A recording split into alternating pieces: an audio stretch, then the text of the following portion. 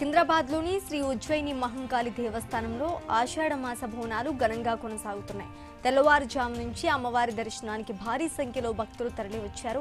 సాంప్రదాయ దుస్తుల్లో మహిళలు తలపై బోనాలు మోసుకుని వేపాకులు, పసుపు, బెల్లం, వండిన అన్నంతో అలంకరించిన నైవేద్యాన్ని అమ్మవారికి సమర్పిస్తూ ప్రత్యేక పూజలు నిర్వహించారు.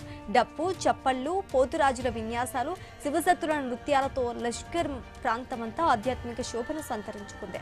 ఉదయం 3 గంటలకు అభిషేకం, అర్చనను నిర్వహించగా 4 గంటల తర్వాత మహాహారతితో భక్తులకు దర్శనం ప్రారంభమైంది. సోమవారం అర్ధరాత్రి వరకు ఆలయంలో పూజా కార్యక్రమాలు కొనసాగనున్నాయి. మంత్రి పొన్నం ప్రభాకర్ మహాహారతితో పాల్గొని పట్టు వస్త్రాలు సమర్పించారు.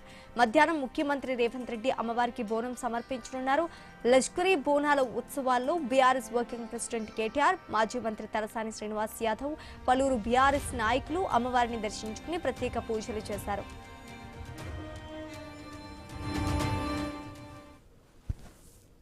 అమ్మవారి ఆశీర్వచనం ఉండాలని గతంలో మనం అందరికీ కూడా తెలుసు. ఇక్కడ బల్కంపేట అయినా, గోల్కొండ అయినా, లాల్ దర్వాజా అయినా, ఉజ్జయిని అమ్మవారు అయినా ఈ ప్రాంతానికి సంబంధించి గతంలో అనేక విపత్తులు వచ్చినాడు కూడా ఆ అమ్మవార్లు ఈ ప్రాంతాన్ని ఆదుకున్నారు. ఇప్పుడు కూడా ఎలినోనో ఏదైతే వస్తూ ఉందో దాన్ని నుంచి కూడా ఈ తెలంగాణకు ఇక్కడ ఇబ్బంది రాకుండా సమృద్ధి వర్షాలు పడాలని అన్ని దేవాలయాల్లో బోనాల సందర్భంగా దేవాదాయ శాఖ తరఫున ప్రార్థనలు జరిపినాం. ఈరోజు తప్పకుండా విశ్వాసం ఉంది.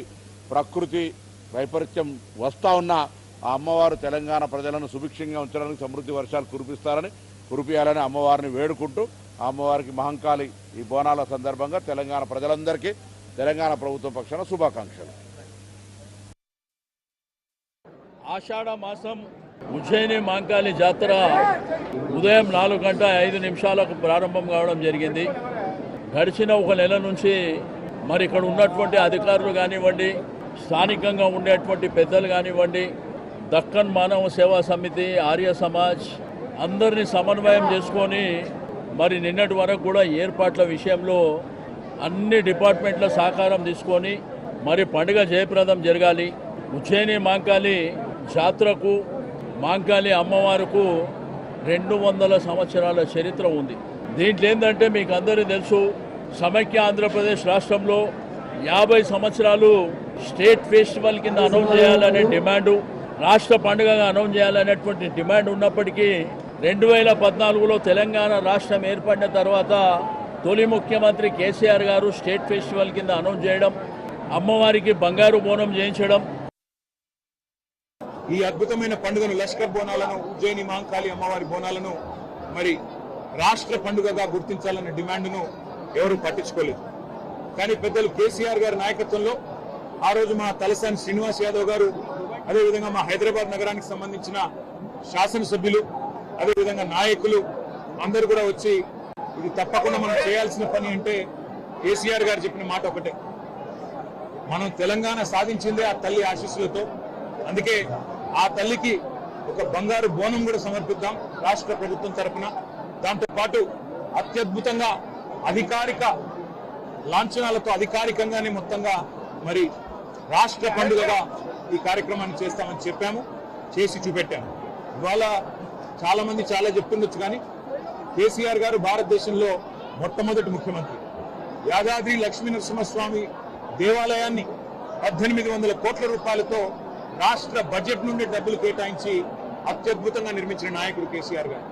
అట్లాగే హైదరాబాద్లోని ప్రతి గుడికి మా శ్రీనివాస్ యాదవ్ గారి నేతృత్వంలో ఆ రోజు రాష్ట్ర ప్రభుత్వం నుండి 25 కోట్ల రూపాయలు విడుదల చేసి ప్రతి గుడిలో ఉండే ప్రతి ఉత్సవ కమిటీకి, ప్రతి ఆలయ కమిటీకి డబ్బులిచ్చి వారు ఎవరి దగ్గర చందా వసూలు చేసే అవసరం లేకుండా అద్భుతంగా ఆలయాల నిర్వహణ కానీ, పండుగల నిర్వహణ కానీ భక్తి ప్రపత్తులతో పూర్తి స్థాయి మరి ఒక దైవ సంకల్పంతో జరగాలన్న ప్రయత్నం చేసింది కేసీఆర్ గారు.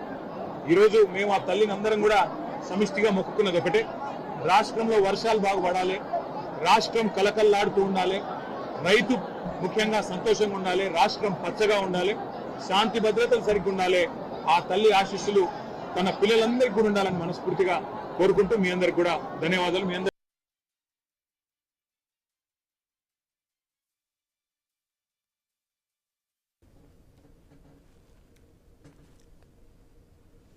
సికింద్రాబాద్లోని శ్రీ ఉజ్జయిని మహంకాళి దేవస్థానంలో ఆషాఢమాస బోనాలు ఘనంగా కొనసాగుతున్నాయి.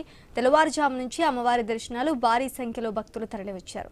సాంప్రదాయ దుస్తుల్లో మహిళలు తలపై బోనాలు మోసుకుని వేపాకులు, పసుపు, బెల్లం, వండిన అన్నంతో అలంకరించిన నైవేద్యాన్ని అమ్మవారికి సమర్పించారు.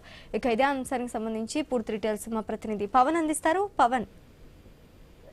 తేజ, ఇక్కడ ఉజ్జయిని మహంకాళి బోనాల జాతర ఘనంగా జరుగుతుంది. తెల్లవారుజాము నుంచే అటు భక్తులు రద్దీ రావడం జరిగింది. సాంప్రదాయ దుస్తుల్లో కూడా మహిళలు, పురుషులు కూడా రావడం జరిగింది. వైపు మహిళలు బోనాలు తీసుకొని కూడా రావడం జరిగింది. మరోవైపు ఇక అంటే వివిధ జిల్లాల నుంచి కూడా అమ్మవారిని దర్శించుకోవడానికి ఉదయం నుంచే క్యూ కట్టిన పరిస్థితి కనిపిస్తుంది. ప్రస్తుతానికైతే అటు పూర్తి స్థాయిలో భక్తుల రద్దీ కూడా ఎక్కువైన పరిస్థితి ప్రస్తుతం కనిపిస్తుంది. అలాగే ఒకవైపు రాజకీయ నాయకులు కూడా కంటిన్యూగా రావడం జరుగుతుంది.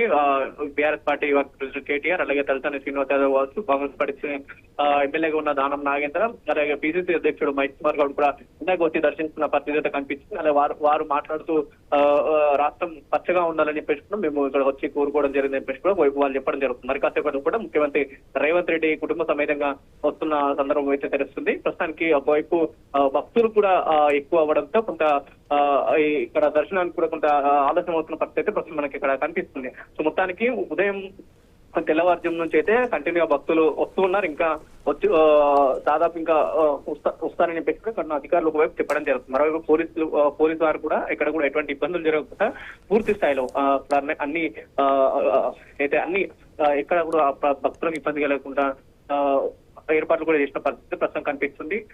శ్రీజ, అయితే సీఎం రేవంత్ రెడ్డి కూడా మధ్యాహ్నం వచ్చి అమ్మవారికి బోనం సమర్పించే అవకాశం ఉందని తెలుస్తోంది. ఏ టైంకి వచ్చే అవకాశం ఉందంటారు?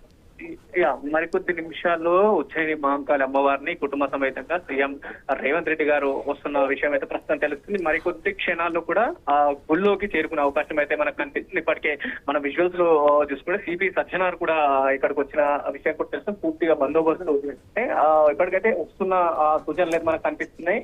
సీఎం రేవంత్ రెడ్డి వస్తున్న సందర్భంగా కూడా పూర్తి స్థాయి మిగతా దర్శనాలకు వాటాలకు కూడా బ్రేక్ పెట్టి కాసేపు రేవంత్ రెడ్డి గారు బోనం సంబంధించిన వరకు కూడా కొంత ఆగిపోయిన పరిస్థితి కనిపిస్తుంది. మరికొద్ది క్షణాల్లోనే రేవంత్ రెడ్డి గారు కుటుంబ సమేతంగా చేరుకునే అవకాశం ఉంది. ప్రస్తుతం అయితే ఇక్కడ. Right, thank you Pawan.